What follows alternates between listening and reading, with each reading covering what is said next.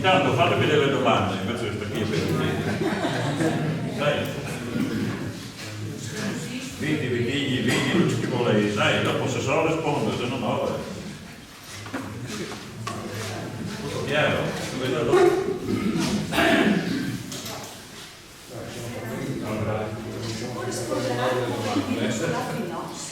Come? Ho dato l'altra volta se ci può rispondere sulla filosofia verso il 1850. No. Ecco. 1850 è arrivato l'oidio. L'oidio, pomate da vino per parlare. Ieri non fregola a Nimes. Le filosofie? Io supposo me Nimes. Sul Verduzzo. Sul Verduzzo, bravo. Ecco. Non si può fare nessun danno. Un secondo, finisco la fiore. Allora, 1850 l'oidio, 1880 è anche la peronospora. La fillossera è un insetto, i primi due, oidio e peronospora, sono due funghi microscopici. Non si vi odia, non fate tutti a piedi, mi fai il risotto dopo, va bene? Sono nell'aria più grandi dei virus, comunque non si vedono, oidio, peronospora, che ormai ripassiamo. Invece,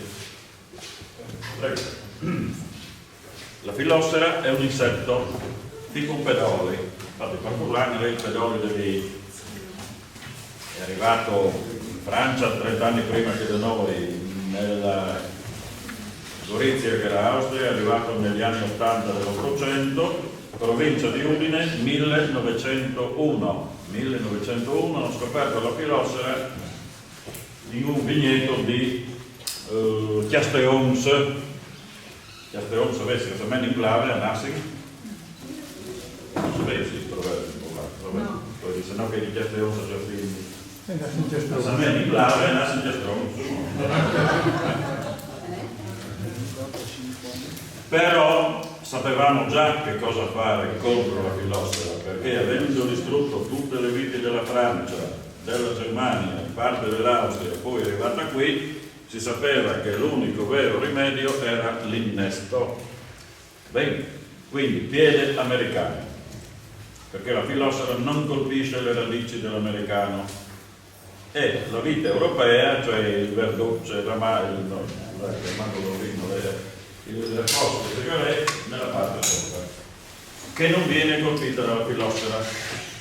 Le foglie della vite europea, cioè tutti i nostri vitigni, non vengono colpite dalla filossera, tranne qualche caso, come dice il signore di Nimes qua sul verduzzo, ma non fa danno. E se fa danno non abbiamo nessun'arma. Per fortuna non c'è nessun'arma chimica, ma lì. Invece oidio e peronospora ha fatto la fortuna dell'industria chimica dagli anni 50 in poi. Di tiocarfamati, tutte queste cose. Va bene? Altro? Perché adesso parlando della verduzzo, ramandolo no. Il ramandolo è un vino e il verduzzo è un vitigno. Il ramandolo si fa col verduzzo, va bene? Una volta il ramandolo si faceva anche col cipidin e con altri, perché una volta non c'era il monovitigno. Ma col verduzzo tu passi il verduzzo e poi a ramandolo si chiama ramandolo, mentre una volta si mescolava tutto. Io torno a dire, ho contato 600 vitigni, cioè varietà di vite. Non sono mai esistiti 600 vini, mai, perché si mescolavano le varietà finché a tradire. Poi i tecnici hanno inventato il monovitigno, visto che in Germania si fa monovitigno, vuol dire che tu toccai, passi un toccai, con merlotto passi un merlotto, eccetera. Perché è più semplice, i tecnici cercano sempre le vie più semplici. Poi detto che per fare qualità, figurati, bisogna fare il monovitigno. A Bordeaux non hanno mai fatto il monovitigno, mai. In Borgogna hanno sempre fatto il monovitigno, perché il vino di Borgogna è Pinot Nero e Vonde. A Bordeaux mescolano 2, 3, 4 vitigni, va bene? Da altre parti anche 10. La ribolla, come vedremo, si faceva con almeno 10 varietà, si mescolava. Adesso non solo, perché se tu mi sei di su, sta attento. No, al contrario. Il Ramandolo è una località, va bene? Quindi il vino di Ramandolo si fa con una vite che si chiama Verduzzo attualmente. Una volta si faceva anche con altre viti, per cui il cividino che è quasi scomparso. Scusi, ma il Verduzzo si fa con il vino Verduzzo? Sì, sì. Il Verduzzo adesso parliamo che dopo ne sono perché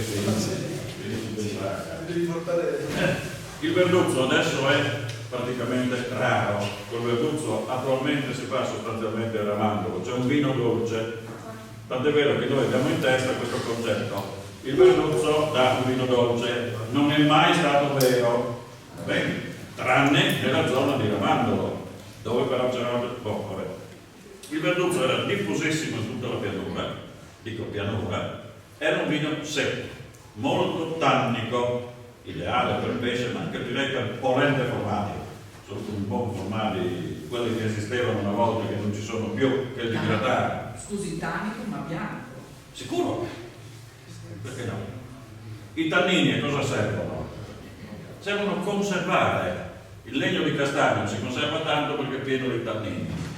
In un'epoca in cui non c'erano i conservanti, fatevi pure dire dagli enologi che vengono qui quante sostanze si possono legalmente mettere nel vino. È una lista infinita, d'accordo? E nessuno è tenuto a scrivere un'etichetta. Se voi fate formaggio e ci mettete dentro qualsiasi altra cosa, siete tenuti a scriverlo. E così per il prosciutto, eccetera. Vabbè, sono due mondi diversi. Quindi il Verduzzo, anche quando io facciamo anni 60, 70, 80, andavo da amici in Cividale, tutti avevano il Verduzzo secco e per definizione molto tannico e quindi si conservava bene. Ecco perché il Verduzzo aveva tanto successo quando non c'erano tutte queste belle cose che si usano adesso per conservare il vino, va bene? Poi anche altri pregi. Dopodiché sono cambiati i tempi, è finito il Verduzzo, perché in pianura si sono coltivate tante altre varietà, il Tokai, il Riesling, e mo' è arrivato il Prosecco e tutte queste cose. Altre domande? No, io direi che puoi cominciare adesso. Cominciamo. Cercate di arrivare in anticipo, se non... Sì, se no il mio collega la prossima volta si arrabbia, è molto bravo, per dirvi quanto è bravo. Una volta ero con lui in una grande collina piena di viti, sono state 10.000 viti lì, forse più, e cercavamo il vitigno Malvasia. A 300 metri l'ho visto. Viti senza foglie, d'inverno, chiaramente sono tutte uguali. Quello là che dici, no, Malvasia. Capì? Cioè, alle umbrate, potete fare.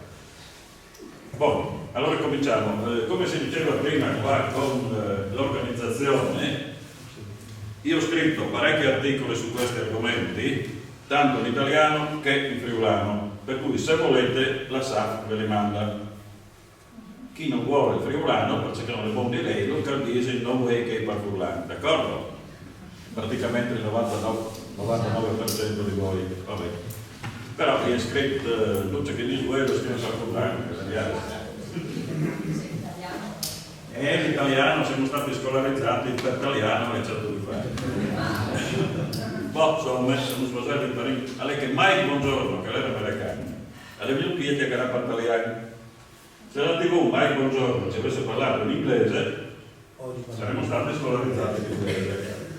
Sì, così. Ma tanto è la lingua di Dante, non frega niente nessuno di Dante, però vai a Piazza. Vabbè. Bene, allora, di Tachino, vi faccio vedere 3 bottiglie. Questa è una ribolla che viene dall'isola di Cefalonia, va bene? Boh. E questo è un prosecco che viene dalla Croazia, da Spalato, va bene? Sapete che Zaia, Sì. ecco, il presidente, no governatore, il presidente della regione Veneto non vuole che si faccia prosecco al di fuori della sua zona, va bene? Però i triestini potrebbero dire veramente il paese di Prosecco si trova a Trieste, quindi sei tu che in Veneto devi cambiare nome. Qui è Comunque, si tratta di cose estremamente diverse, perché questo qua è una specie di marmellata. C'è un vino estremamente liquoroso, capito? Pastoso, nulla a che vedere col prosecco di Valdobbiadene, figurarsi. Poi un'altra cosa molto interessante culturalmente, questo vino qua si chiama Blanc.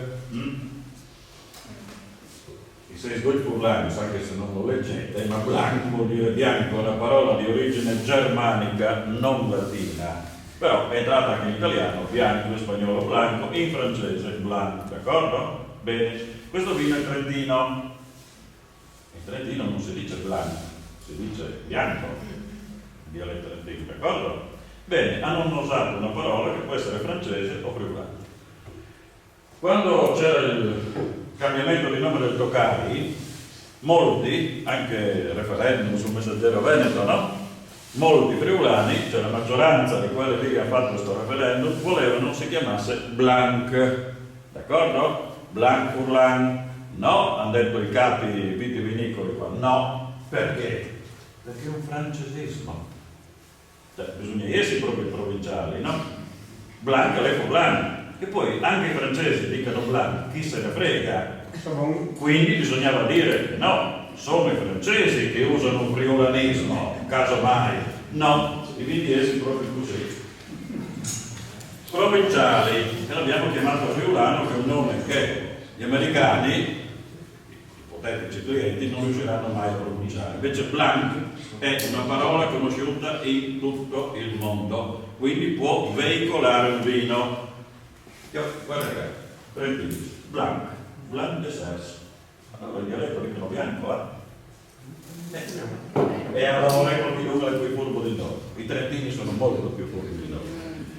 Ecco, vabbè, allora cominciamo oppure cercare il Masanin per prendere avanti. Marco? Sì. No, fatto. Questo è il primo documento. Allora,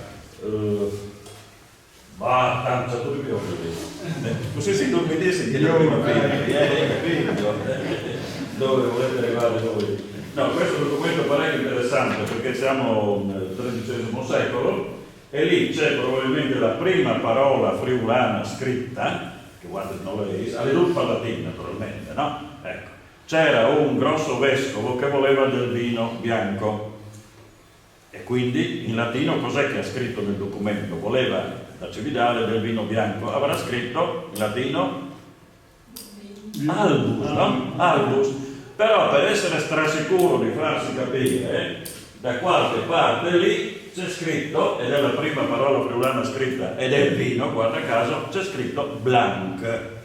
Qui, da qualche parte, Ti crediamo fiducia. eccolo qua, io le Blanc. Siamo nel 1200, ti capiti? Quindi per essere sicuro di avere il vino bianco di Cividale l'ho scritto anche per Furlano, perché parla di. Vabbè, queste sono curiosità. Riprendiamo il discorso dell'altra volta. Questo Luidio 1850, quindi l'unica data vera da ricordare per la storia della vita in Friuli è 1850. Arriva questa pestilenza dall'America, dagli Stati Uniti naturalmente, distrugge le vigne europee e crea,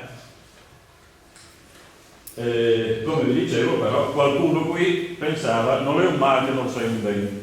Quindi, siccome in Friuli c'erano centinaia di vitigni, che i possidenti più illuminati, tipo il senatore Peccili che ho citato l'altra volta, dicevano, insomma, qua su 100 vitigni friulani non ne salvi neanche 2. Dobbiamo portare qua i vitigni francesi, Merlot, Cabernet, Tokai, che è francese, mi raccomando, e tutti i vari Pinot.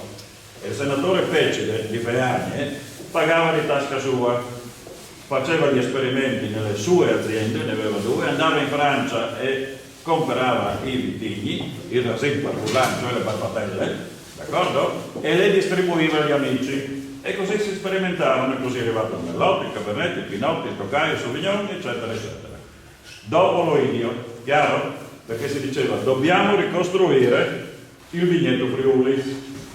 Perché per l'Oidio si era trovato, ecco qua, qui ci sono anche le date, Oidio, ho scritto come il napalm, se voi siete troppo giovani, ma io ricordo la guerra del Vietnam, durante gli americani buttavano il napalm a sbrega ballon, no? Che è un disseccante, diserbante, ammazzava tutto sostanzialmente. Effetto Prima le piante, poi le bestie, ed è ancora lì che circola nelle acque del fiume Mekong, dove c'è il Vietcong, o tutte cose che voi non potete sapere. Fumate le villa per un nostro anni 80 e poi 1900-1901 il pedoli. Ecco qua, lo zolfo è il rimedio che dopo alcuni anni hanno trovato contro l'oidio. Si facevano 2 o 3 trattamenti all'anno al massimo, Come, non so, chiedete a un viticoltore quanti trattamenti fa in un anno, non sono più 2 o 3. Allora, naturalmente c'è anche una spiegazione, no? I preti, qualche volta, alcuni preti si opponevano all'uso dello zolfo. E diavolo. E difatti c'era il senatore Pecile che non perché lui fosse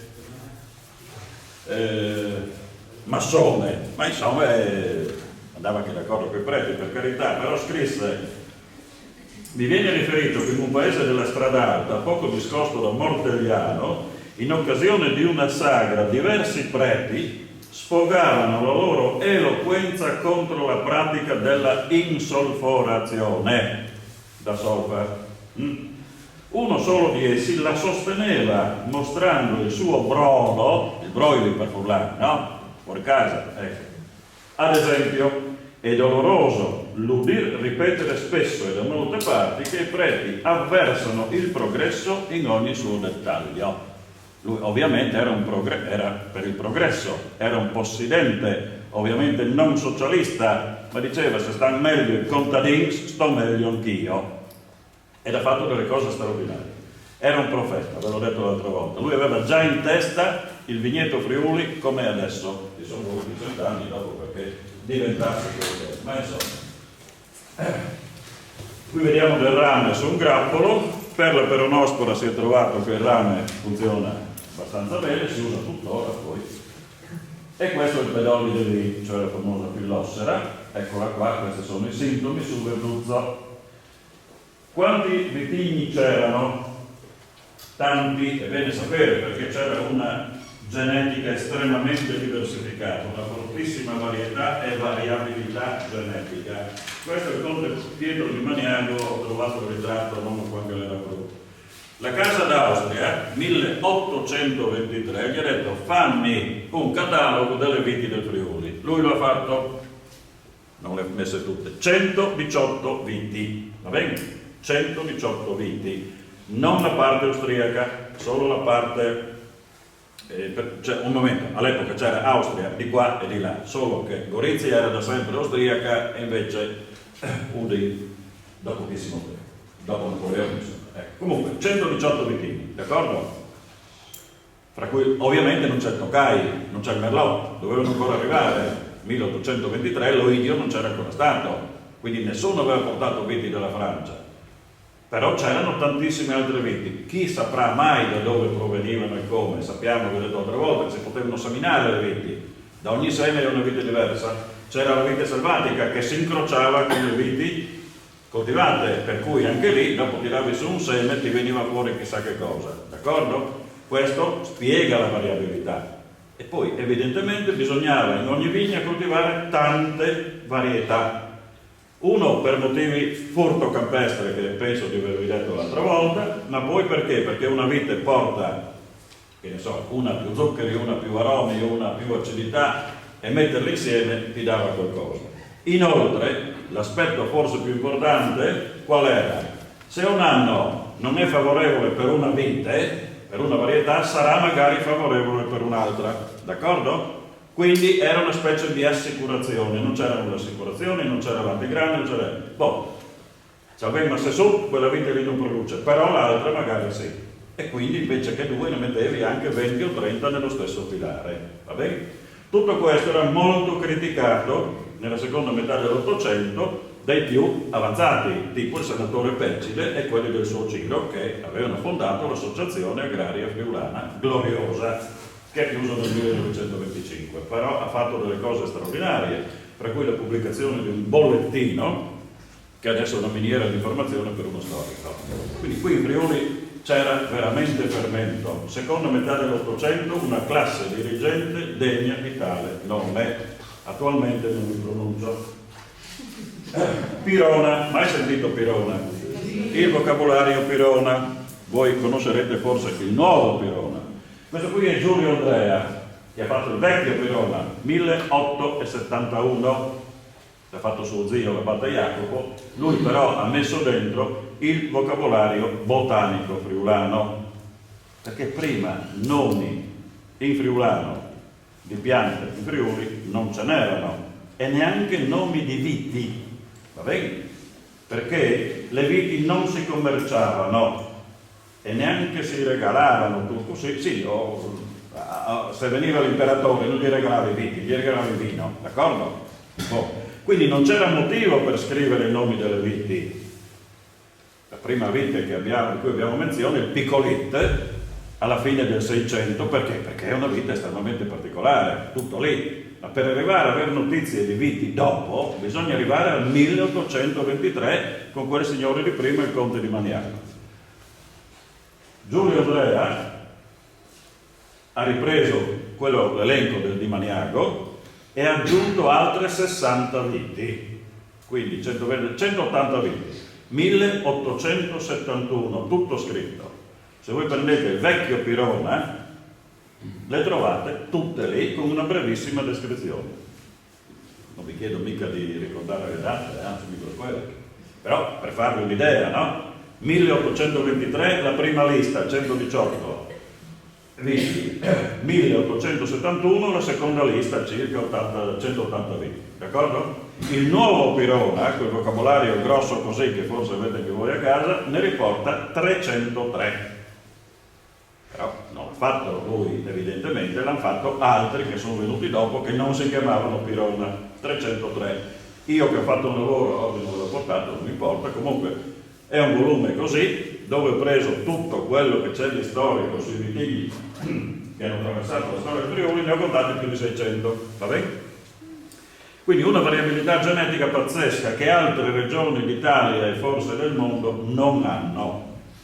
Tutto scomparso, tutto finito, va bene? Tranne poche viti che sono state salvate anche grazie al mio collega che verrà la prossima volta, d'accordo? Lui andava in giro per i vignai e se trova una vite vecchia la prende, la salva, la innesta e via. E così fa con la frutta per e mele.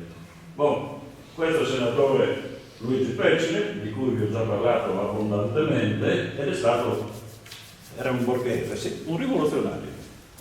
Poi erano gli anni in cui si fondavano le latterie sociali, le mutue bestiame, i forni rurali. C'era un fermento pazzesco in Friuli di progresso, d'accordo? Prima guerra mondiale, finito tutto, perché le guerre sono fatte così. Qui non si vede niente, ma non importa. 1906, qui vediamo quello che è sottolineato in giallo, sono tutti vitigni arrivati dalla Francia. Qui c'è la lista dei vitigni che venivano innestati in un vivaio e tutti quelli gialli sono già i francesi, tra cui Merlot e Cabernet. Il Tokai non c'è ancora, il Tokai era coltivato qui nel 400, tutte balle, l'ha portato Maria Teresa, no, va bene? Perché sul Tokai si continua ancora a raccontare favole, piace tanto raccontare favole, storici, giornalisti, cattedratici, tutte balle. Bisogna andare a vedere i documenti, punto. Io non sono uno storico, sono un agronomo, ma un agronomo se sbaglia concimazione, porca boia, lo licenziano e muoiono tutte le piante, va bene? Così dovrebbero fare anche gli altri.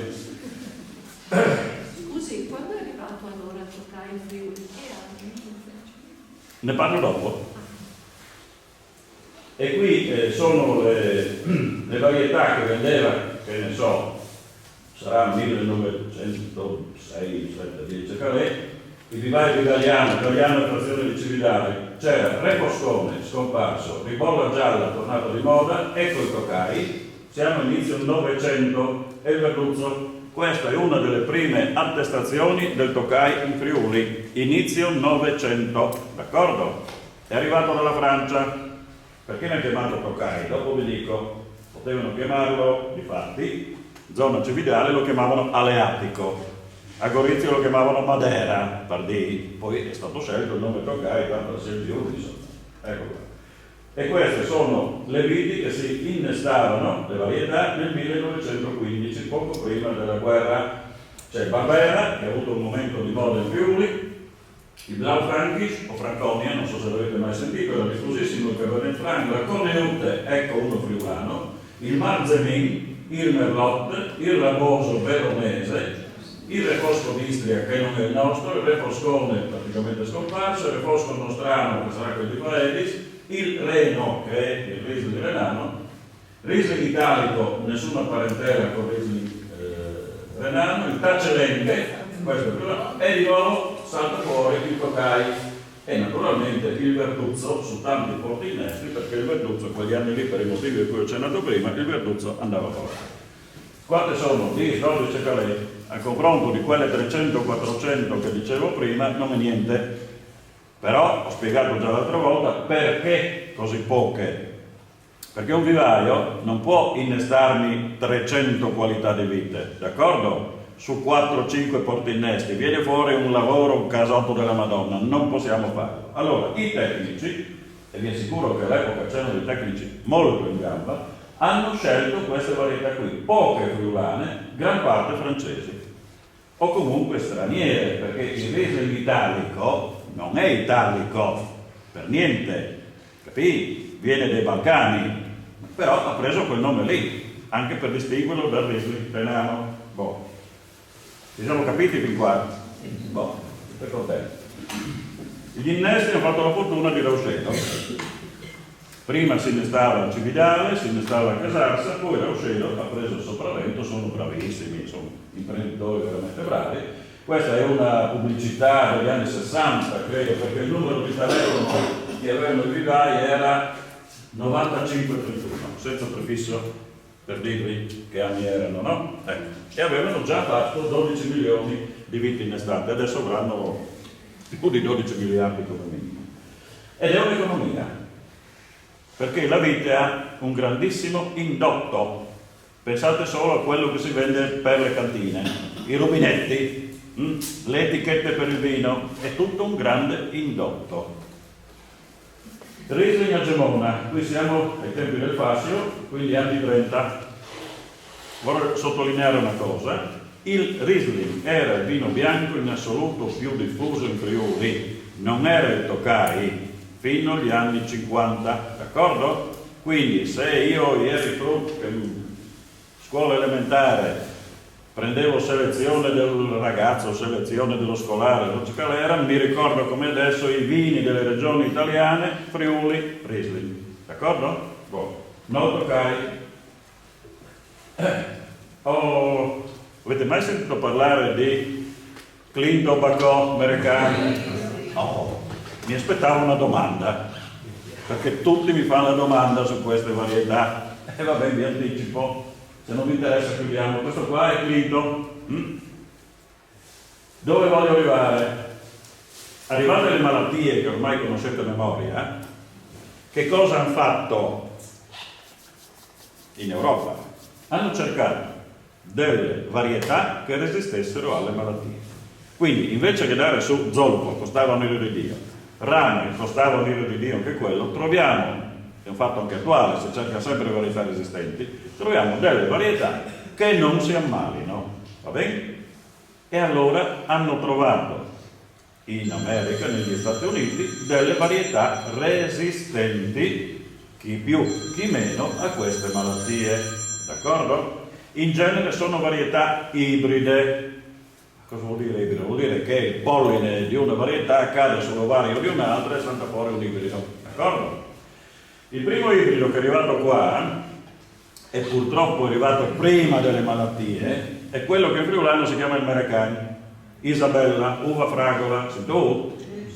Boh, è profumato, no? Era stato portato dagli Stati Uniti prima del 1850 perché come curiosità botanica da tenere in giardino, da tenere in serra in Inghilterra, e si è portato dietro l'oidio, capì? si è portato dietro l'ovidio. E da lì il disastro. Dopodiché si è andati a cercare veramente sempre negli Stati Uniti, dove le malattie c'erano sempre state, e lì c'era la resistenza genetica, altre varietà ibride. Eccola qua. Clinton. D'accordo? Molto produttivo, a me non dispiace, però è arrivata anche la peronospora, anche perché siccome il Merecan resisteva all'epoca un po' la peronospora, avanti ne hanno portato ancora tantissimo, resisteva l'oidio, scusate, ne hanno portato ancora tantissimo negli Stati Uniti, si è portato dietro la peronospora. Dopodiché, sempre portando qua dall'America, poi non c'erano più magari velieri, c'era navigazione a vapore, stava meno e tutte queste cose qua, è arrivata anche la filossera, grazie alle piante portate dall'America, d'accordo? Poi noi abbiamo utilizzato questi ibridi perché dopo l'oidio e dopo la peronospora o coltivavi questi ibridi tipo il Merecan oppure non c'era vino. Ci sono state delle annate con zero vino, miseria nera perché non avevi da bere, bevanda igienica, energia, vi ho già spiegato, non c'era niente da vendere. Quindi, anche se non davano vini di altissima qualità, per avere qualcosa si coltivava sta roba qua. D'accordo? Il Clinton qui è entrato nelle barzellette perché c'era un famoso presidente degli Stati Uniti d'America, no? Nella sala ovale, eccetera. Bon, perché lo disse il Merecan? Il Bacò, dovrebbe essere il Bacò. Mai sentito il Bacò? Sì. Avevamo la pergola di Bacò, viene maturo presto, ad agosto, il primo vino che si faceva, di cui ci si vergognava. Se arrivava qualcuno, scusate, vino che il Bacò, no? A me piaceva tantissimo, ieri frutti, vabbè, lo stesso. Le mani le labbra viola. Buono. Resiste bene alle malattie, resiste al freddo, andava benissimo per fare, invece di una tenda, per fare la pergola e anche farlo arrampicare magari fin sulle finestre, no? Gli ibridi che ho citato prima, quindi l'Americano e il Clinton, sono americani e sono ibridi spontanei. Nessuno studioso come si fa adesso ha preso il polline lui a mano e messo sull'ovario di un'altra varietà, no, casuali, d'accordo? Clinton era il nome di un governatore di Nuova York, ce l'aveva su con gli indiani, vabbè, erano quegli anni lì, e l'altro si chiama Isabella uva fragola americana, d'accordo? Isabella perché era un'amica del vivaista, le solite storie. Invece, in Europa, cosa che hanno fatto? Hanno cominciato i vari, più che altro le case vivaistiche, gli appassionati, gli insegnanti degli istituti agrari, hanno cominciato a farsi loro degli ibridi. Quindi si prende manualmente il polline di una varietà, si mette sull'ovario di un'altra. Quanti ne hanno fatti? Milioni, facciamo migliaia, insomma. Pochissimi validi. Uno dei più validi, il Bacò, perché è arrivato, Bacò lo ha selezionato nel 1907 mi pare. Bacò era una persona, François Bacò. Sapete cos'è l'Armagnac? Vabbè. Lui era della zona di Armagnac, cercava delle viti resistenti per fare Armagnac, quindi viti bianche, però quando fai l'incrocio non sai mai che cavolo ti viene fuori un'uva nera, l'ha chiamata Bacò Noir. È arrivata, penso, anni 20-30 qua in Friuli, tandem, durante la seconda guerra mondiale c'era il Bacò, perché non c'era rame e c'era anche pochissimo zolfo, quindi o andavi in qualche modo a rubarlo, il rame e lo zolfo, se no lo facevi vino, ma se c'era il Bacò ti salvavi. Quindi questo è l'ultimo arrivato, diciamo, per questi ibridi, il Bacò.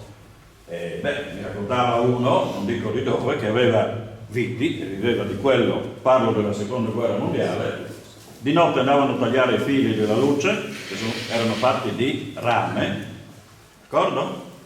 Il rame contro la peronospora, poi dovevano scioglierlo nell'acido solforico, portavano un polastro farmacista che gli dava l'acido solforico e producevano il solfato di rame. Chiaro?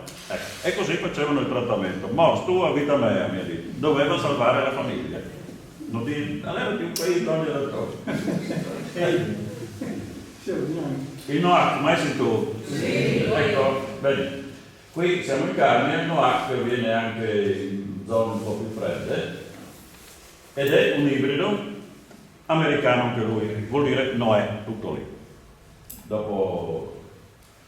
Mai sentito la parola Baccar, il Baccaro a Venezia? Sì. Bene, bene. Quando qui non c'era vino, per via delle malattie che ho già detto più volte, arrivava tantissimo vino dalla Puglia e assieme portavano su olio eccetera. Col vino arrivavano i pugliesi. I pugliesi offrivano il Baccaro, d'accordo? Prima a Venezia e poi anche in Friuli. Difatti anche Friuli c'è, che chi non c'è della Calais, il Calais Peani. Poi c'è il famoso Baccaro di Spilimbergo, che dai a mangiare lì il baccalà. Oh, bene. Però Baccaro non è una parola pugliese, è una parola veneta, va bene? Boh. Poi, quando ho cominciato a fare tanto vino col Clinto, beh, allora ho portato su meno vino dalla Puglia. Però qui arriva, siccome i friulani all'epoca bevevano veramente tanto, qui arrivava vino da tutte le parti d'Italia e anche da fuori Italia, dall'Ungheria per esempio, perché c'era bisogno di vino. E ovviamente molti ne approfittavano, lo facevano in cubato. Questo è il Bacò, che si arrampica. Per dire come si danno poi i nomi alle viti, questo si chiama Tette di Chiavre, coltivato in Friuli, zona di Talcetto. E questo è il Noac. E questo è François Bacò, molto bravo, ha fatto tantissimi ibridi. L'unico, attenzione a una cosa, avrete sentito dire che il Merecano, il Clinton non si può produrre, non si può vendere, sono proibiti, no? Vero? Vero. 1931-32 sia la Francia che l'Italia hanno proibito la coltivazione degli ibridi perché erano gli anni del sangue puro. Allora gli ibridi col fascismo non l'avevano. In realtà cosa dicevano i ben pensanti? Che questi ibridi, sapete che hanno un sapore diverso, si chiama Foxy anche, no? American, Clinton.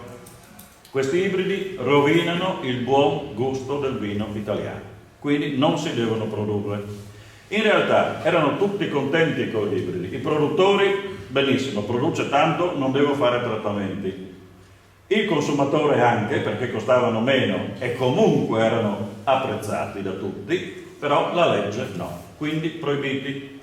Tranne in certe zone di bonifica, al massimo 1000 metri quadrati per famiglia, tranne in certe zone di montagna, al massimo 1000 metri quadrati per famiglia, perché avevano comunque capito che il vino era un alimento e quindi alle famiglie dovevi darglielo nelle zone disagiate, quindi era ammesso in certe zone. Provincia di Gorizia no, in nessuna zona, perché lì c'è solo collina per vino di qualità. Parlo del 1931-32.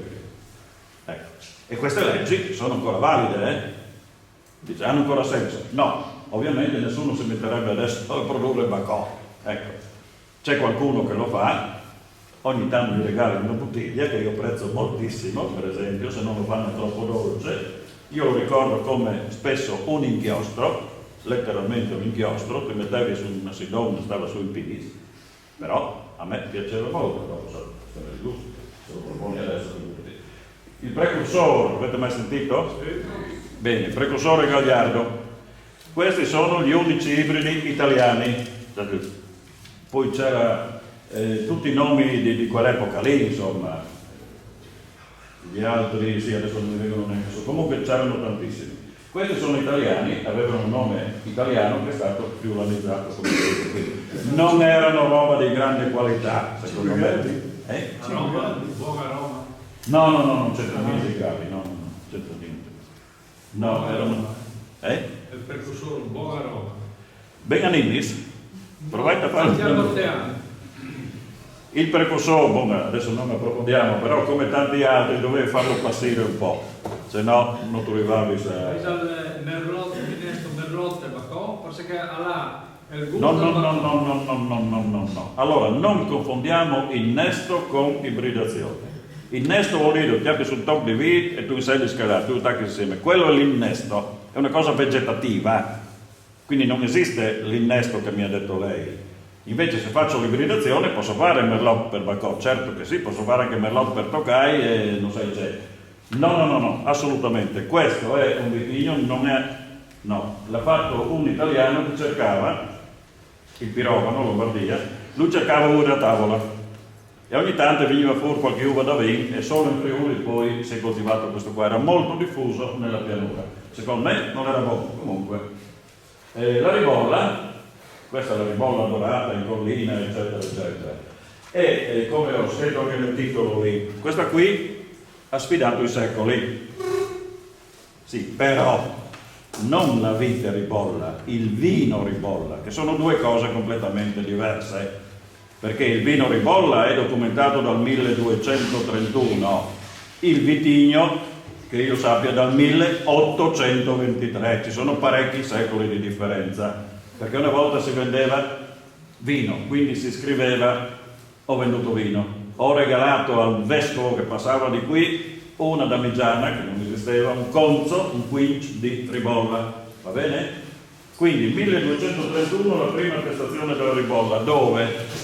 E qui magari Zaia, figurati, Treviso, stranamente non Venezia, ma bisognerebbe, se vado negli archivi di Venezia, la trovo magari 100 anni prima, non importa, non ci vado.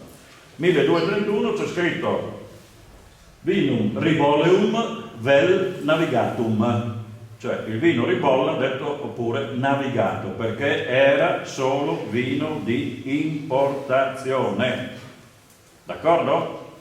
Vino importato di buona qualità è uguale ribolla. Dove si faceva la ribolla? Colli orientali, Collio soprattutto in Istria, il più pregiato era in Istria, poi isole della Grecia e un po' dappertutto, anche in Emilia, in Romagna, per esempio in Romagna si fa tuttora ribolla, va bene?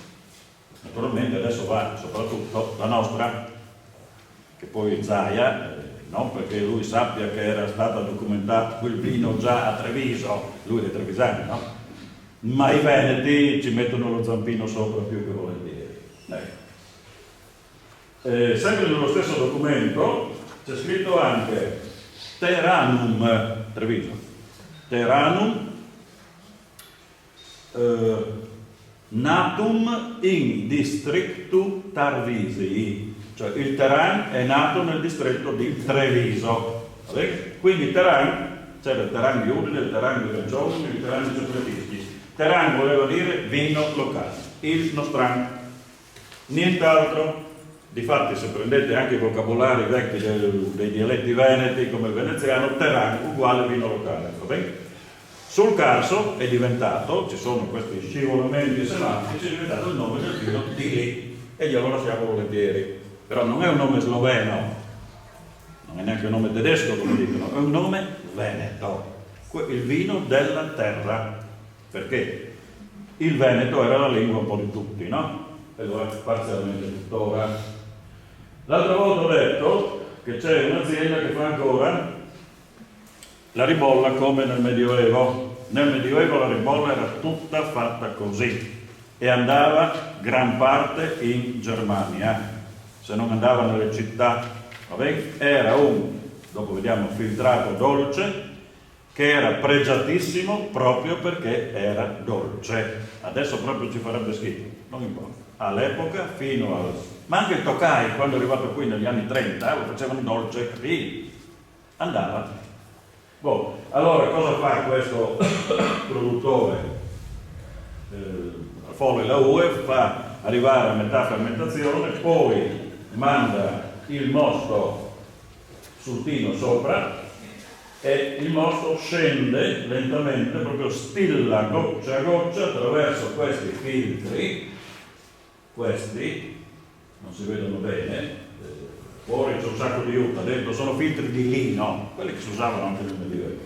Viene raccolto nel tino sotto, qua, viene messo in bottiglia e poi dopo qualche mese viene venduto. 5 gradi, vabbè, non di più, quindi non può chiamarlo vino, deve chiamarlo, da un nome di fantasia, auto, menù, cose del genere. Però, ecco, questi sono i filtri. Non è questo è un sacco esterno, dentro c'è la tela di vino. Questa roba qua si faceva per il Verduzzo anche, si ritrava. per il Merecani, per farlo dolce. Il dolce, quando è molto concentrato, è anche un conservante. Questi vini arrivavano in Germania, va bene? Sul Mosse, sul Mur. È una cosa simile a quello che si abbina alle castagne adesso, per intendere. Sì, quello che si abbina alle castagne è una schifezza Per inenarrabile. capire la tipologia di... No, è molto diverso. Quello che si abbina alle castagne non è una cosa vecchissima, perché poi la ribolla si è evoluta. Fino al 1500-1600 si portava in Austria e Germania, dopo basta. Poi si è cominciato a chiamare ribolla questa roba mezza fermentata e mezza no, d'accordo? Arriva con le castagne e allora ribuele chiastinis. Però già nella fine dell'Ottocento c'erano parecchi che scrivevano contro quella tipologia di vino lì, che però la gente ha sempre apprezzato molto e lo facevano anche in tutto il Collio, e andava via benissimo perché vendevi il mosto, non avevi problemi di bottiglie, di etichette, di tini, sacramenti, alle fatte lo vendi così. Attenzione, la ribolla anche prima si vendeva come mosto e spesso quando c'era il treno che arrivava lì a Gorizia e Cormos partiva sui tini ancora in fermentazione, va bene? Qui è Udine del 1467, sono due pellicciai e una signora che porta da bere. Io suppongo sia ribolla perché, ovviamente vedo io, ma Udine aveva una mania per la ribolla rispetto a altre città. Cioè negli statuti di Udine, che sono le regole di buona condotta, c'è scritto che chi vende ribolla deve venderla buona e che c'è comunque l'obbligo di vendere ribolla in città. Non potevano non avere ribolla a Udine. Poi, proprio tutto scritto tassativo, proibito mescolare la ribolla con altri vini. Non solo, proibito mescolare la ribolla del Collio con la ribolla dell'Istria. Quindi tutta una serie di attenzioni al vino ribolla. Probabilmente gli udinesi erano intenditori di questa cosa qua, andavano matti per la ribolla e via. Da altre parti non ho trovato questa attenzione per la ribolla, che era un vino dolce naturalmente all'epoca, no? Solo a Udine. Ecco qua come si trasportava il vino sul mare, però attenzione, la ribolla che partiva qui dal Collio per arrivare su in Monaco di Baviera andava anche attraverso i fiumi, quindi zattere sui fiumi, d'accordo? Ovviamente quando arrivava già a Klagenfurt il prezzo era doppio, figurati lassù. Era un vino quindi rarissimo, estremamente caro, che in Germania usavano i vescovi per le grandi cerimonie, oppure se c'era un matrimonio di nobili, un battesimo, queste cose qua. Ecco. Oppure la ribolla andava in giro così, sui muli, botticelle di ribolla. È chiaro che quando arrivava costava un'ira di Dio e durava anche limitatamente, per cui i primi mesi era cara e dopo cominciava a valere sempre, logico, no? Ecco, qui è la Germania, la ribolla è stata trovata fin qua, tutta questa zona qui, tranne la bassa Germania, cioè la parte più alta, no? La parte più settentrionale. Arrivava a quei mezzi dell'epoca, sui cavalli, sui muri, sulle barche, sulle zattere, come del resto il Picolit nel Settecento, c'erano altri mezzi.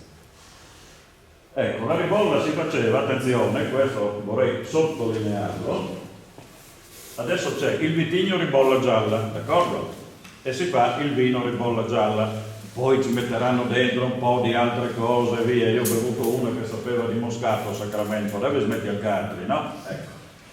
Si faceva con almeno 10 varietà di vite diverse, almeno 10. Ed erano tutte viti molto produttive, come potete vedere questa si chiama Grand Rap, entrava nella formazione della ribolla. Vediamo se ho qua la lista. Allora, mescolare viti si chiamava fare un uvaggio, d'accordo? Uvaggio vuol dire metterci più uve. Se mescoli i vini si chiama, no, adesso bisogna usare la parola in inglese, si chiama blend. Wine blend, vabbè. Allora, si usava per fare la ribolla ancora nel Novecento, quindi quasi 100 anni fa. La ribuelle gialle, la ribuelle verde, il ribuelat, che era sinonimo di glere gruesse. Adesso si chiama glera il prosecco, la vite del prosecco, che fa il prosecco, d'accordo? Il Grand Rat, che è quello lì, chiamato anche pagadebiti, perché faceva tanto pagadebiti, no? L'agadele vuol dire che aveva tanta acqua nell'acino, pogruize, il cividin garp, il prosecche, cioè con la vite prosecche si faceva ribollo. Il prosecche era sinonimo di glere secche, la coneute e poi c'era un prepotto con una vite che si chiamava albano. Si mescolava non a caso, dovevi mescolare con cognizione di causa, tutto documentato, perché se un anno sbagliavi, cioè mettevi troppo di un'uva, quell'anno lì magari non la vendevi ai tedeschi, perché non era abbastanza dolce o non aveva certe cose che la vendevi ai tedeschi, ti perdevi il mercato, d'accordo? Quindi erano cose mirate, fatte bene, no a caso. Questo è il prosecco che si usava per fare ribolla. Si chiamava Pagadelli. Pagadebiti, sì. Perché c'è delle varietà di biglia di questo tipo. Sì, in tutta Italia. Sì. Non è la stessa, perché le viti sono molto soggette a omonimi e sinonimi, cioè la stessa vite può avere 20 nomi e viti diverse hanno lo stesso nome, confusione pazzesca. Infatti il solito senatore Peccire che dicevo, lui se avesse avuto il lanciafiamme faceva prodotto, no? Appunto, le castagne. Ribolla, mosto per allegra, da Migliane, 5 euro e avanti. E quello che i veneti chiamano il turbolino a Padova, stessa roba. Non è che fosse ribolla quello che vendevano qui, poteva essere toccai, un vino bianco in fermentazione. Insomma. Questa è la ribolla gialla e questa è la ribolla nera, perché esiste anche la ribolla nera, sinofisarz, una volta. Anche il Teran poteva essere bianco, per dire, no? Ecco. Ed è sinonimo di schioppettino o sclopettin, che è quello di Prepotto, la storia immagino la sappiate, l'avete sentita, no? Ecco. Boh. E questo è dalla foto che ho fatto io, mentre questa immagine qui è del 1939 e lì avete la via della ribolla gialla e la via del prosecco. Al posto di Antonio Gramsci, che forse non piaceva tanto al comune, hanno messo via del prosecco, perché il comune di qua, Corno di Rosato, Formiuli, Massa Difficile, Fasin, ribolla gialla. Poi hanno anche la via o la piazza del Toccai, Corno di Rosato. Sì, ma insomma è una cosa simpatica, dai. Qui c'è via della ribolla, questo l'abbiamo visto l'altra volta, i dati sono vecchi, ma vi diranno dati più aggiornati quelli che verranno dopo di me. La situazione attuale è questa, almeno qui questa sera. Circa metà della superficie, 25.000 ettari che saranno, forse qualcuno più adesso, si dividono tra Pinot Grigio e Prosecco, va bene? Questa è la situazione attuale e noi non beviamo né uno né l'altro, d'accordo? E poi il resto, anche il Toccai in genere ormai, questa è la ribolla che è aumentata, poi c'è del Toccai che resta ancora, c'è del Sauvignon, anche lì la storia è interessante, che ne so, 20, 30, 40, 50 anni fa avevi tantissimo Toccai e pochissimo Sauvignon, va bene? Cioè su 100 di Toccai avrai avuto 5 di Sauvignon, sono parenti i due, sono parenti, arrivati insieme sicuramente. Ecco. Adesso la situazione è simile, la superficie è quasi uguale Toccai e Sauvignon. Toccai si beve sempre meno, Sauvignon probabilmente sempre un po' di più, i friulani in genere non bevono più, e vabbè, vado a finire così. Avete mai sentito parlare del Piccolì? Boh, il Piccolì si è salvato, quasi ormai non si produce più, però ha una bella storia. Questo è il Conte Asquini di Pagagna, mai sentito una storia? Boh. Conte Asquini era una persona intelligente, astemio, ha fatto tante cose, era un vero imprenditore per l'epoca, siamo nel Settecento. Difatti quando è arrivata la rivoluzione francese è stato così male. Fra le tante cose, ma forse la principale, lui ha lanciato il Piccolit. Sappiamo che produce poco il Piccolit, lo doveva far passire, dopo folarlo, metterlo in bottiglie di vetro, doveva farsi fare il vetro a Burano, poi doveva mettere nelle cassette con la paglia queste bottiglie grandi così e spedirlo. Non da Venezia perché i veneziani facevano pagare troppo la spedizione, doveva portarlo a Trieste, cioè in Austria, per spedirlo dove voleva lui. Ma andava a Londra, andava a San Pietroburgo, andava a Parigi, andava dappertutto il Piccolito, chiaro? Anche perché c'era stato un momento in cui il tokai ungherese, a causa delle guerre, era meno diffuso. E allora il Piccolito ha preso un pochino il suo posto. Era un vino amabile, però lo faceva anche secco, il Conte Asquini, persona in gamba. Queste sono le vendite del Piccolito in tutto il 700 fino al 1810, dopo che a 90 anni si è ritirato. Questo era Vitigno. No, questo è il vino. Non vendeva vitigni, vendeva vino in bottiglia, vetro di Burano, con la stampata sopra, Piccolito e Fagani anche. Perché? Perché immediatamente sono cominciate le imitazioni. Tutti facevano Piccolito, da Pardot, capì? Copiavano, quasi come a Napoli che roba qui. Anche qui altri nobili, evidentemente, che potevano permettersi di produrre il Piccolito, che produce molto poco, deve avere tanta manodopera, eccetera, eccetera. Ma Questo è il vino. Il Vitigno, scusi, del Piccolito qual è? Adesso, eccolo qua. Perché produce poco? Io l'ho vendemmiato un acino alla volta, qualche annata. No, il grappolo, proprio andavi lì a tirare giù il singolo acino e poi lo portavi sulla paglia. Questo a Rocca Bernardo nel 1974, per dire. Va bene? Ecco, quindi produce pochissimo perché per tutta una serie di motivi, forse è figlio della vite selvatica, ha un aborto fiorale, via, ma in una situazione normale produce poco. Se produce tanto non è buono, perché in certe zone può produrre anche tanto, ma visto che non vale bene. Quindi un vitigno molto particolare, è il primo documentato, fine 600, proprio perché è particolare, e faceva un vino molto particolare, non per i poveri, evidentemente, solo per chi poteva permetterselo. Ecco, vedete qua. Quindi gli acini lì, i fiori mortiscono e hai un po' di acini. Quindi è una storia estremamente interessante, perché è una storia di imprenditoria, il Piccolito.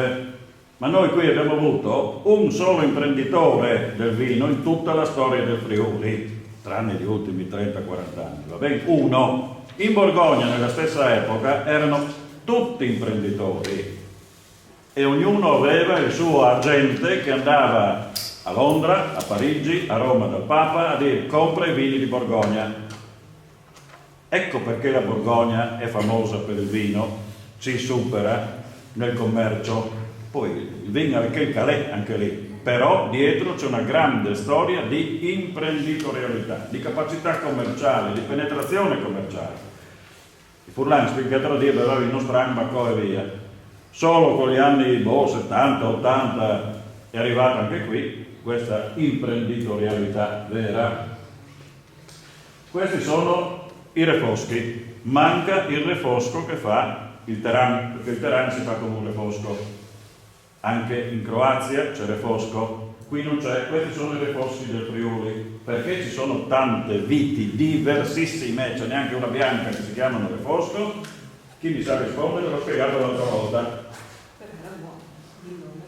Perché era buono, certo. Davano il nome Alla vite, in base a... perché il vino era pregiato.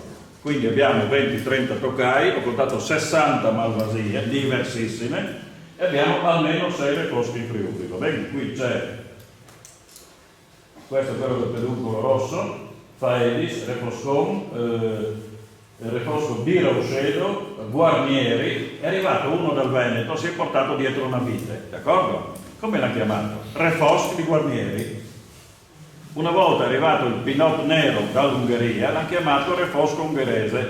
Capite il meccanismo? Boh, e che via il refosco blanco, che pare sia anche una vite che dà un vino accettabile. Ecco, questi sono i proclami di epoca fascista. Quando il Verduzzo andava per la maggiore, veniva consigliato, veniva spinto per tutta una serie di vantaggi che poteva avere. A Gemona, guardate che Gemona era una zona viticola, che se ne pensi, perché i nobili avevano colonizzato tutta la piana e si faceva vino. A Gemona fino al terremoto si faceva il Verduzzo dolce filtrato e l'americano dolce. Con il terremoto di tutto, avevano i filtri in famiglia. Ed è interessante sapere che il vino dolce a Glemone lo chiamavi vin di chiast, traduzione? Vino fatto sul chiast, soffitta. Perché? Perché lassù non c'è umidità, tenevi un po' aperto, ventilazione, quindi passiva bene. E c'è ancora qualcuno che fa il refosco passito, sempre quello, sempre sul chiast, sui graticci dove una volta si mettevano i cavaliers, ecco, e lì si fa l'appassimento. D'accordo? Boh. E questo qua è un proclama in puro stile fascista, naturalmente, no? Ecco. Maniera indiscutibile che l'uva a cui dovete dare la preferenza di coltivazione nelle nostre campagne è il Verduzzo. Praticamente, e spesso ci mettevano 4 punti esclamativi all'epoca, qui ce n'è uno solo. Ovviamente Gemona non c'è praticamente niente. Malvasia è una città del Peloponneso, sul mare, Monemvasia in greco, va bene? Allora, lì si faceva vino, ma soprattutto da lì partivano le navi per Venezia, che era la nostra metropoli di riferimento, quindi vino di Malvasia uguale Malvasia, d'accordo? Ovviamente con quali viti si faceva all'epoca non lo sapremo mai, sicuramente era un uvaggio, una miscela di tante uve, d'accordo? Arrivava a Venezia, dove la bettola dove era venduto si chiamava Malvasia, era la Malvasia dolce e la Malvasia garba. Garba è Veneto e Furlano, se invece così, no?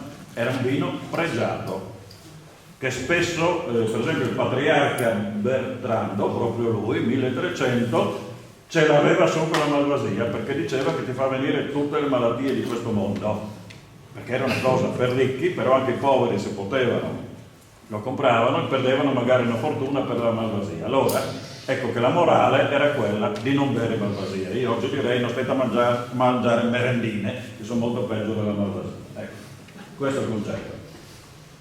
Calle della Malvasia, qui ovviamente Venezia. Ci sono tanti vini che si chiamano, scusate, vitigni che si chiamano Malvasia, va bene? Siccome era un vino di pregio, ci sono tante viti che si chiamano Malvasia. In Friuli c'è la Malvasia friulana, che i friulani preferiscono chiamare Malvasia istriana. Guai, per legge si può chiamare friulana. No, l'etichetta porta sempre Malvasia istriana. È probabile che sia arrivata dall'Istria, ne sappiamo molto poco, perché la prima documentazione di 100-120 anni fa, anche in Istria non esisteva. Io ho gli elenchi delle viti istriane dell'Ottocento, non c'era la Malvasia, va bene? È arrivata dopo, probabilmente dall'Italia, con qualche nave, con qualcosa, sarà anche un ibrido, un incrocio. No? C'è un mio amico che la sta studiando in modo molto approfondito su tutti i documenti, ma sono documenti sloveni adesso, quindi è un po' problematico. Ecco. È un vino buono, cominciato a diffondersi negli anni 30. Mio nonno, nella Bassa, aveva una vigna per il consumo familiare solo di Malvasia, in 80 bevuta di Chemagna. Il vino veniva color marrocchio, ovviamente adesso il vino marrone non esiste, no? Però vi assicuro che aveva un ottimo sapore. E non è vero che i vini di una volta erano tutti che chiappavano in diasè pieni di difetti, no, c'erano anche quelli, ma se lo sapevi fare. Fiesta del Vin Durant a Hutchinson, Canada. Qui è anni 50-60 e i Furlans anche là fanno la fiesta del vino con l'orchestra friulana e certo anche bene. Toccai friulano Millbrook, fatto vicino a New York. Perché lì si può scrivere toccai friulano, visto che non c'è l'Ungheria di mezzo che non vuole, ecco. E non c'è l'Unione Europea. Io l'ho bevuto, è una schifezza, si fa anche parecchio in Argentina e poi ce n'è qualcosina in Nuova Zelanda, Australia, dovuti su. La storia, ecco qua, dei grappoli di Tokai, c'era quello verde, c'era quello giallo più pregiato, quello verde meno pregiato.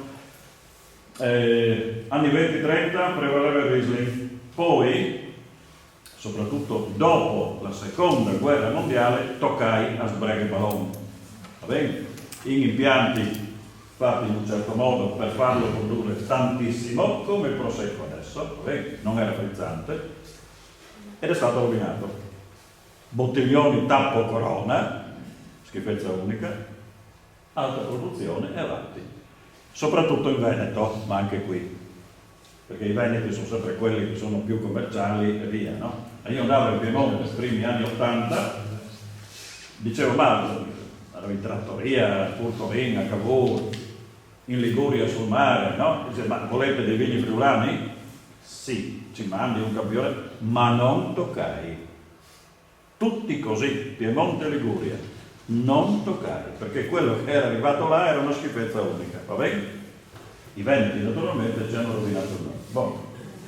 Questa è una vite di Tokai a Cividale che avrà 110-120 anni, è un capolavoro, no? Adesso non so come sia, un po' che non la vede, eccola qua.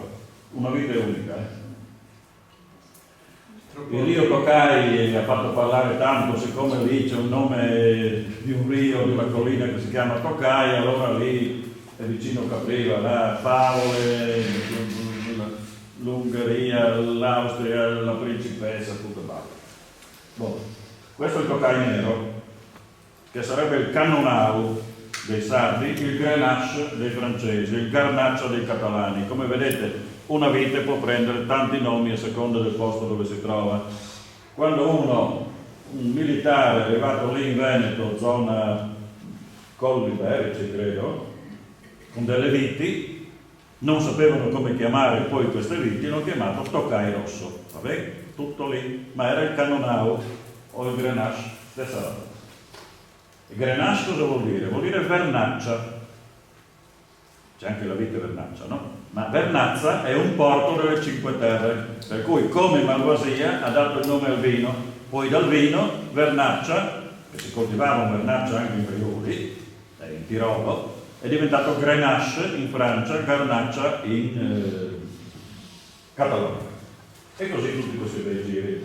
Allora, Tokai, siccome è un nome ungherese, oggettivamente un nome ungherese, favole a non finire, giornalisti, universitari, cattedratici, ognuno contava una balla più grande dell'altra.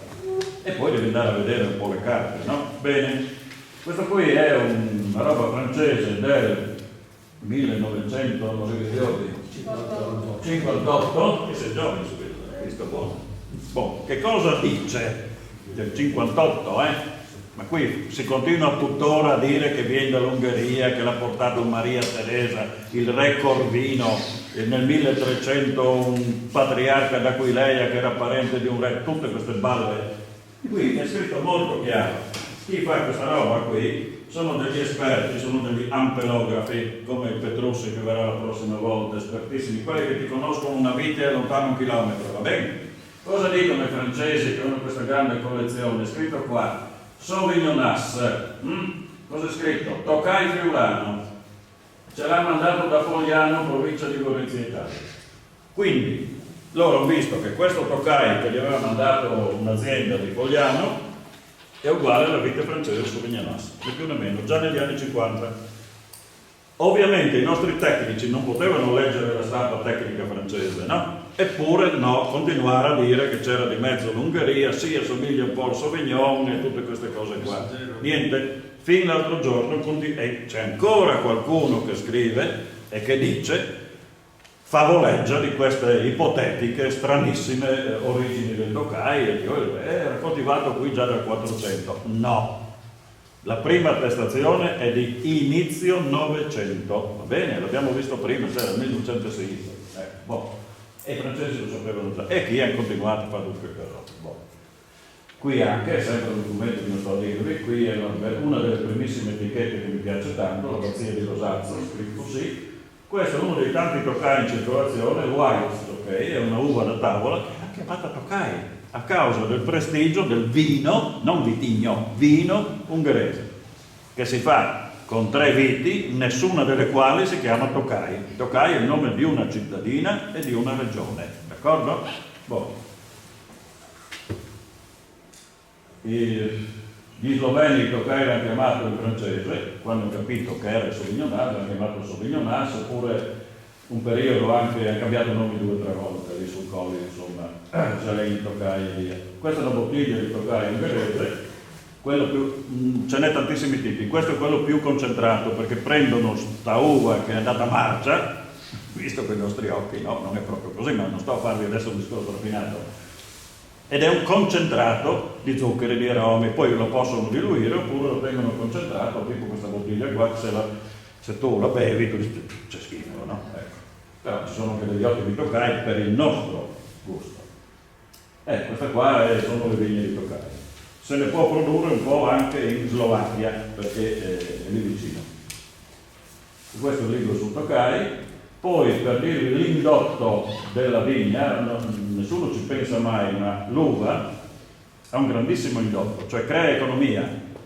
Se in un paese ci sono 30 viticoltori, c'è un giro lì che non vi dico, l'impianto elettrico della cantina, la rubinetteria, il tino, il tecnico, le etichette, il stropul, chi produce gli avestropui, la bottiglia evidentemente, adesso poi che tutti imbottigliano, figurati. Ecco. E qui sono le produzioni di ceramica, no? Galvani di Pordenone, oppure ceramiche fatte in Carnia, che si facevano, e quello è un indotto. E poi le etichette che davano lavoro a disegnatori, pittori. Questa qui è un'etichetta di Kaučić, che era un famoso pittore qui di Udine, e lì era un piccolit del paradiso, quindi ci ha messo questi angeli qua sonanti e via. Era un piccolit fatto in pianura, soggetto a critiche, parlo dei primi anni 70. E poi, anche l'acquavite è a suo modo un indotto, un'altra etichetta un po' staliniana, no? Per il prego e via. Un altro disegnatore di etichette che ne avrà fatte migliaia, il pittore Otto D'Angelo, non so se l'avete mai sentito nominare, ne ha fatte migliaia, per il Friuli e per il Veneto. È un indotto, questa qui è per il grigio di Collavini. Guardate il bel disegno, l'eleganza, ma chi ha fatto questa etichetta è un grafico, anche un pittore, molto ma molto bravo. Per cui c'è anche tutto questo indotto artistico, se vogliamo. E qua, insomma, ci siamo, no? Maniago, c'è tutto l'indotto delle forbici, dei coltelli da innesto, degli avestropui. Ecco qua. Questo è moderno, e poi questi qua anche sono molto moderni, no? Però è un indotto notevole. Quando io sono entrato all'istituto agrario ho dovuto comprare il coltello da innesto fatto a Maniago. Questi sono gli avestropui, cavatappi. E poi qui è a Udine la gelateria, lì ci si cambia anche il Timballo. Ecco, questo è il papà che vendeva vino Tappo Corona, quello che arrivava dal Veneto, ragazzi, Velen, no, tu facevi neanche il brulè, cioè il brulè lo accendevi, sì o no? Tu facevi sculbacoppa, buonissimo, si piava gli occhi, però questi vini qua no, Velen puro, e ne ho bevuto tanto anch'io. Pavan era proprio tonche, ragazzi. E poi arrivavano su dal Veneto, scusi un attimo, arrivavano i camion dal Veneto in tutti i paesi, di montagna soprattutto, e scaricavano queste gabbie metalliche, un rumore bruttissimo che io ricordo ancora. Passa il camion, tu vas lì, tu gli dai stop e lui ti dava il bottiglione di Tocaio di Merlot, vino da pasto, figurati, mi dica. Anni 60? Anni 60 sì, fino a poco prima del terremoto c'erano ancora, perché la gente cominciava a non farsi più il vino in casa, no? Al mio paese c'era mio nonno che aveva una piccola rivendita di vino, tutto della Valpolicella, buonissimo, debuttante di ricchezza. Poi ha chiuso, da chi prendeva il vino? Dal camion che arrivava su targato Treviso delle grandi cantine sociali. Ragazzi, era che calera, però in tutta la montagna friulana è stato proprio acqua di fuoco per i Sioux. Invece davi con l'aranciale? Era mio l'aranciale e basta. Comunque ormai è una storia finita, abbastanza finita. Questo qua l'abbiamo già visto l'altra volta, è per chiudere. Ce lo viene fatto. No, sì. Sono in orario, la signora mi ha detto 8-5. Non so se abbiamo visto tutto. No, posso chiederle? Sì, mi dica. Prima diceva, sapete la storia dello schioppettino? Io non la so. Non è una grande storia, è una storia molto corta. E mi dica, e dopo se non mi dimentico, mi dica. Lo scandalo del vino che c'è stato Del metanolo? negli anni al metanolo. Dove nessuno l'ha messo in galera, quello? Non so, lei ha citato questo. Sì, sì. Allora, sì, è una storia recente perché andando a cercare i documenti e via si trova scritto ribolla nera, la prima volta deve essere 1864 o qualcosa, quindi l'altro giorno, ma era un vitigno della zona di Prepotto, non c'era da altre parti, va bene? E tutte le prime attestazioni sono ribolla nera. Poi anche Pokaľca in sloveno, perché lì si parla tuttora sloveno, per esempio. Il significato è quello di Pokaľca vuol dire qualcosa che scoppietta. I furlani dopo l'hanno chiamato Sklopetin. Da Sklopetin è diventato schioppettino, dovrebbe essere scoppiettino, ma le traduzioni sapete vengono così, perché schioppettino vuol dire piccolo schioppo, no?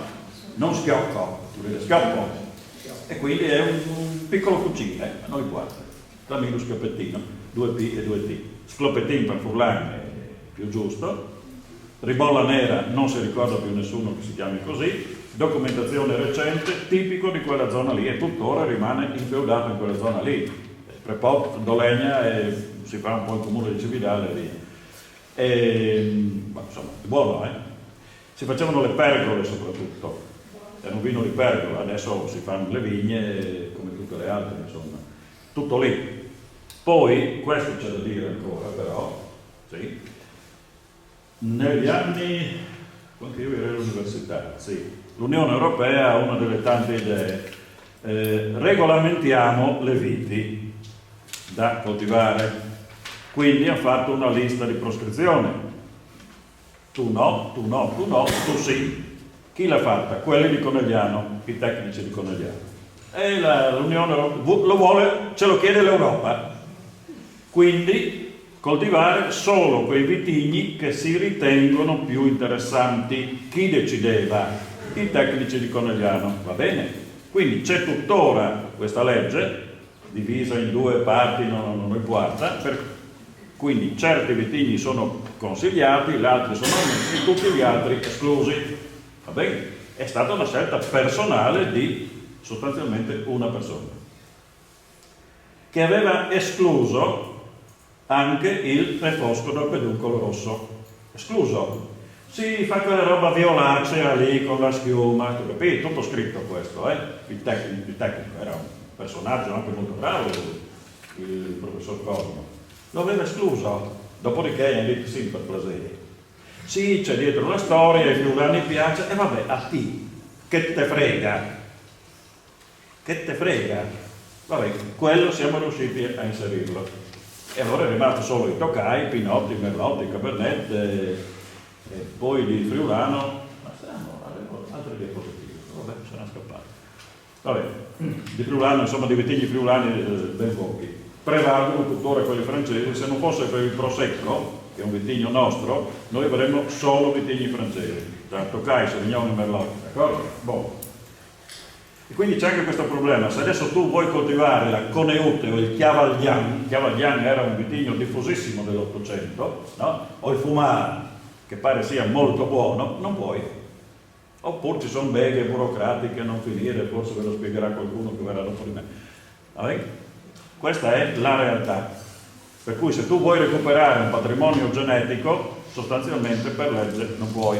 Quindi c'è stata una proibizione degli ibridi ai tempi del Fassio, e una proibizione di tutta la genetica che secondo uno non andava bene e doveva essere nei primi anni 70, quando io ero all'università, insomma.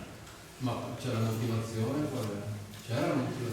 Sì, le motivazioni dicono che da quei vitigni lì non viene vino buono, commerciabile per la situazione attuale. Erano cose estremamente personali. D'altro canto però ha messo dentro i vitigni che al momento erano più diffusi, che erano messi.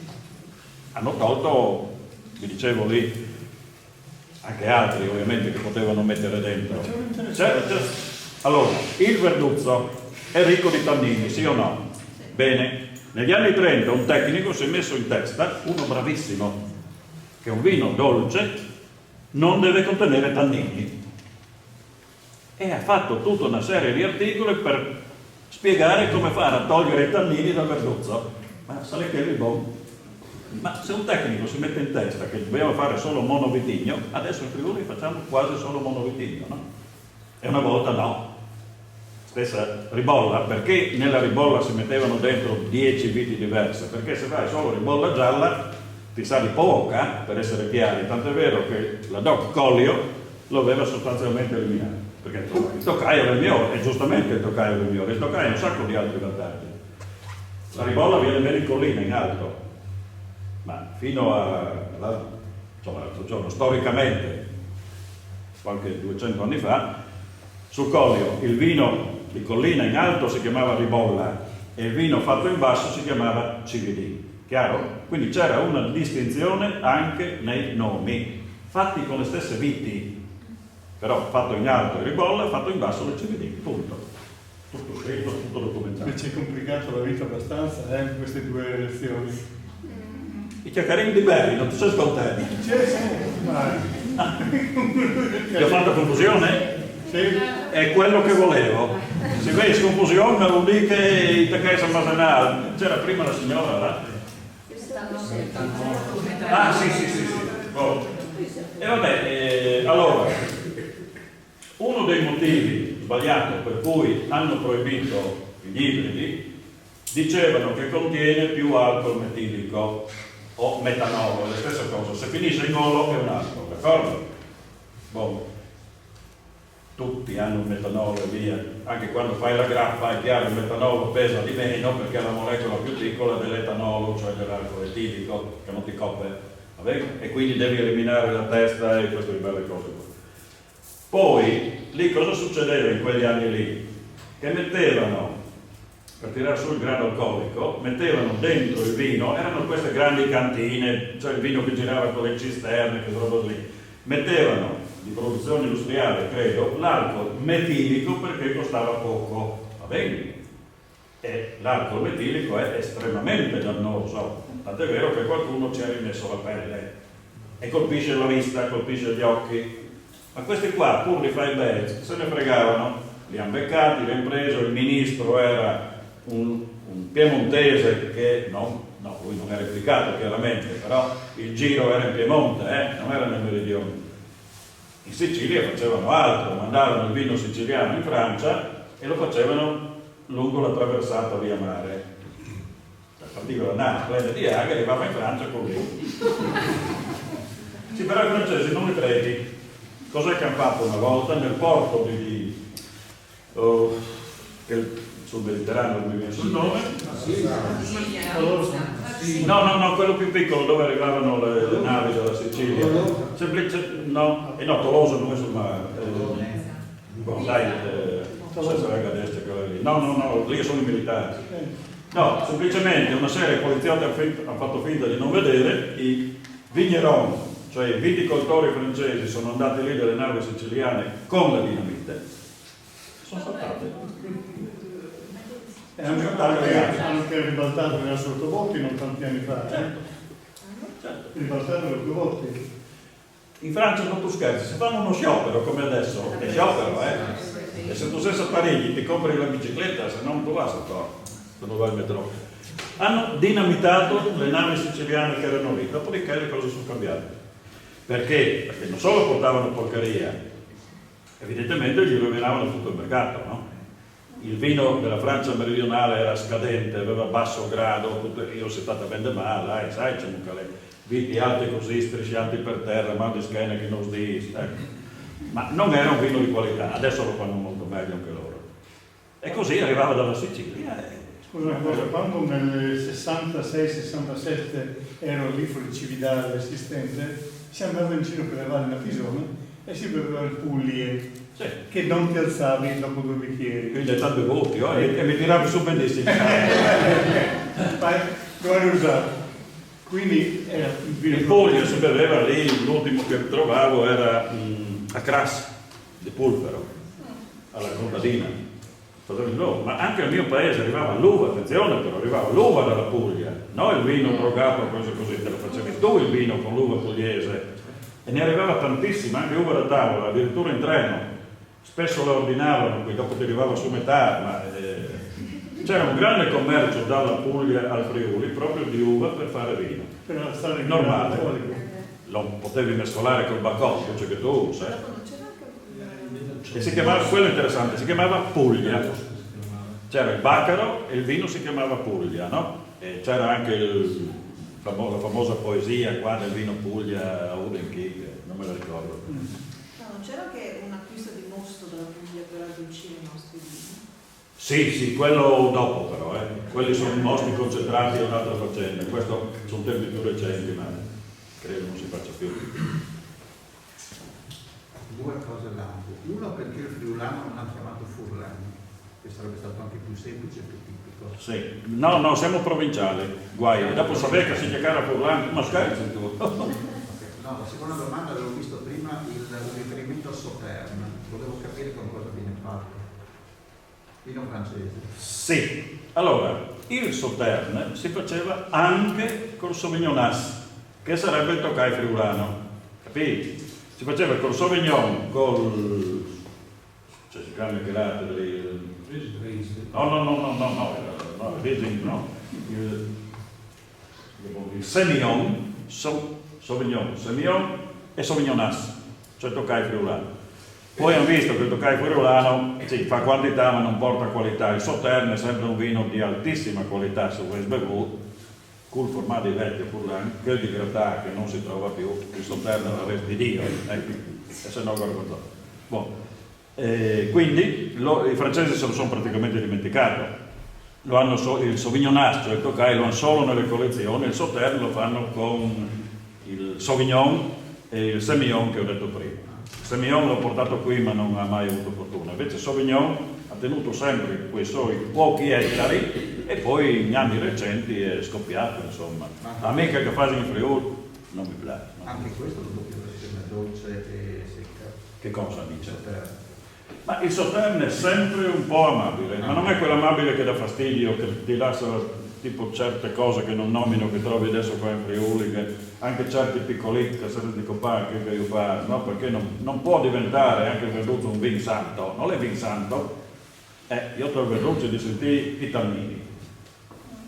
E il piccolito le dice piccolito, passito o non passito. Se anche il piccolito è vin santo, chiaro come che che saltegni,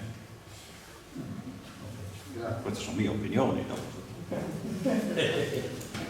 Altro? L'azienda Strocolatini di Giano ha un di Tokai di 150 anni, poi adesso. E state anche a Rausete hanno fatto un manifesto con queste vini. Non sono informato. Perché Però a Rausete sono meno saccioli. Sì, allora sono 150 mi pare un po' tanto. Forse 105 si chiama Ada, non è quella? Com'è? L'hanno chiamata Ada? Non lo sai. Chiedete a quello che viene la prossima volta, quello vi stende su queste domande. Chi c'era? No, io volevo solo sapere una curiosità, volevo sapere per quale motivo in Friuli la coltivazione del vino è stata completamente persa. E volevo sapere se Persa cosa vuol dire? Quando? Nel 29. diciamo che negli ultimi anni si sta un po' riprendendo, no? Io sapevo che per le gelate è stata Nel 29. però volevo sapere se c'erano magari dei testi che Allora, non è vero che una volta in Friuli ci fosse tanto olivo, non c'è nessun documento che lo dica, va bene? Nei documenti trovi scritto olio, ma era sempre olio per il Santissimo, mai per Quingià, mai, finché a Tradì, mia nonna mi diceva tu compri su quelli di semi, se una volta che ho sbagliato ho preso quello di oliva, ne ho sentite tante, ho dovuto tornare in bottega, quindi era per il Santissimo. E ce n'era pochissimo di olivo qua, non ci sono documentazioni che mi dicano lì, ci sono in alcune zone tipo Polcenigo, ma dopo lì continui e tu vai via tutta la fascia pedemontana veneta, ci sono ancora a Bassano tanti olivi, no? Poi arrivi su sul Garda e in Trentino ci sono tanti olivi, ma qui in Friuli non ci sono documenti, se non nomi sporadici, sì un olivo qua, un olivo là. È una leggenda affermare che una volta in Friuli si facesse tanto olio di oliva. È una Neanche idea. Oleis. Anzi, si trova una rondine non fa primavera. E dopo non è provato, sia dici che Oleis viene da Vuelis, ma Vuelis con quel... Cioè, io ho studiato la toponomastica, Mintini. Sì, la base può essere Vuelis, ma con quel suffisso lì dopo non sai, e poi basterebbe un olivo per dare il nome a una zona, Nespoledo, le nespole, no? Andate a Nespoledo, quante nespole vedete? Manco una. Forse 1000 anni fa avevamo avuto due arbori di Nespoledo. Ecco. Colloredo vuol dire la zona dei noccioli. Perché Furlan medievale era Colloredo, no? Feletto le felci. E Preporto lo stesso, Preporto vuol dire luogo delle felci. Aspetta, dove ero con le domande qua? Con l'olio. Ah sì, per l'olio. Non ho documenti che queste cose qua. Invece i documenti dicono che l'olio viene importato. E spesso chi aveva soldi oppure lasciava qualcosa in eredità alle chiese, lasciava soldi per comprare olio per il Santissimo. Ma arrivava attraverso la Pisana, Venezia, sempre cose così. Che poi ne facessero un po', ovviamente non si può escludere. Per esempio Polcenigo sì, messi già verso il Veneto e tutta quella fascia lì fino a Bassano fa tuttora olio, no? Ci sono i frantoi e via. Poi adesso il clima sta cambiando e tu posso fare i pensi di qui, però non è che il Friuli sia proprio la zona ideale, Non è che sia la zona ideale, tuttora. In Madeira per fare la vigna. Madeira? Benissimo, sì. Si lucciate gli moli di... Non si lucciate più. No, si cambia. E lo facevano in buono. Su a Giosco Paoletta. A Paolè, sì, che osteria sulla sinistra, lì lanciò Daimo, famosa. No, vabbè. Allora, Madeira non c'entra niente con l'isola di Madeira, semplicemente è arrivato qui un ibrido che si chiamava dall'America York's Madeira, capì? Cioè il Madeira di York, vabbè, non così. I Furlan non sta mica a chiamarlo York's Madeira, lo chiamare Os Madeira oppure semplicemente Madeira. È un ibrido, non vi ho messo la foto qua. Ha avuto dei momenti di fortuna perché è stato adottato per esempio dai nobili Mangilli, mai sentito, che avevano Rivignani, poi da un altro possidente a Flaibano che ne ha messo tantissimo, ecco, e ha avuto questa fortuna. È buono, soprattutto con i cantuccini, perché lo facevano fin qualche anno fa, dolce, era da Dio perché ha questo aroma di marasca. Sapete che sono le marasche, no? Sì, sono un tipo di ciliegie naturalmente, che non sono i Weezings, perché non si quali sono le Weezings? Ecco, spariti, non sono quelli. Weezings sono delle piccole ciliegie che venivano dopo le ciliegie normali con un aroma completamente diverso. La nonna faceva le marmellate molto buone. Fanno mai l'acqua di cucinare. Sì, ormai, vabbè. E dopo?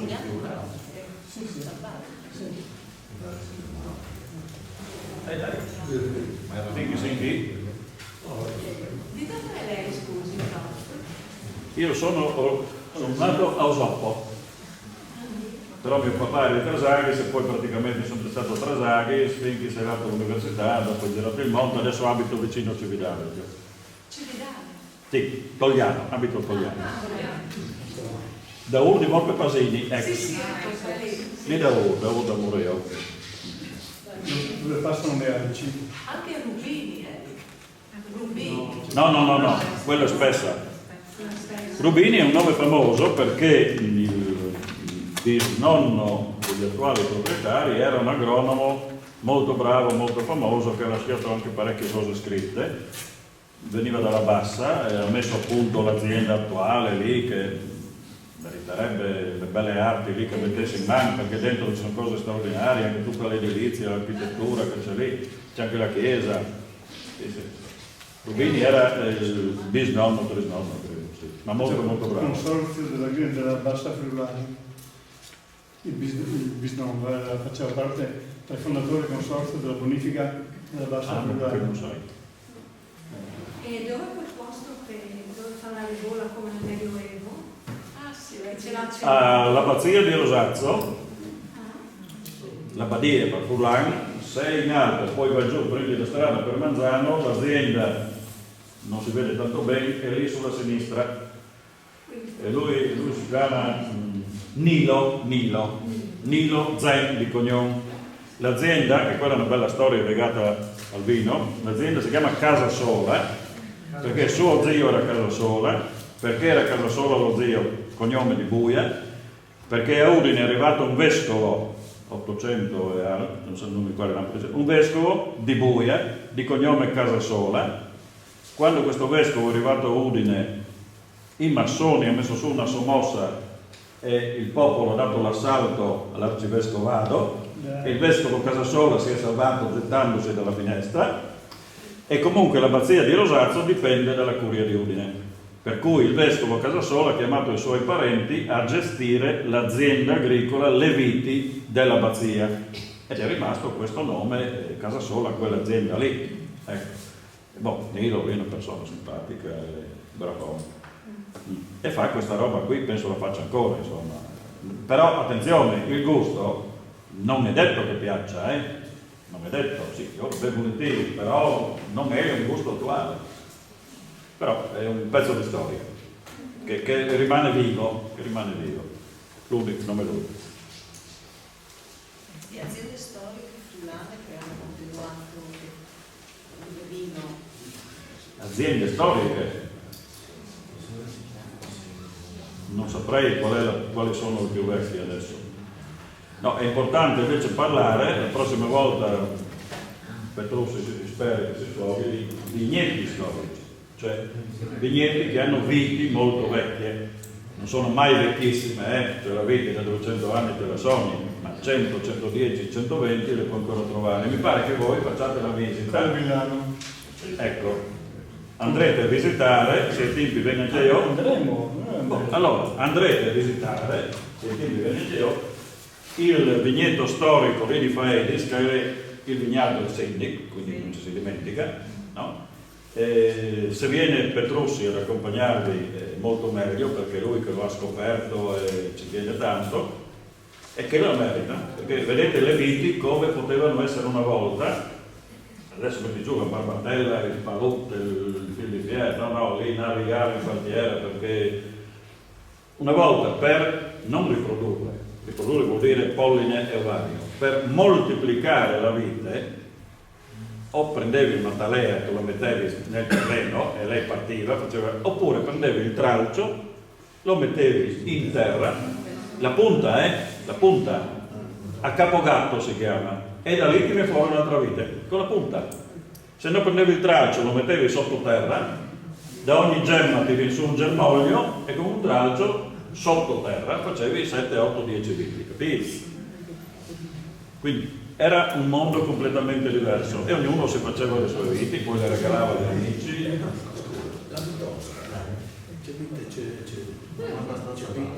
La Vitus, ma è un bianco gradevole, San Paolo lì. Sì, è un vecchio vitigno, non saprei dirti adesso perché. Io vedo proprio un vignale, ma 11 anni per farsi il vino in quel vignale.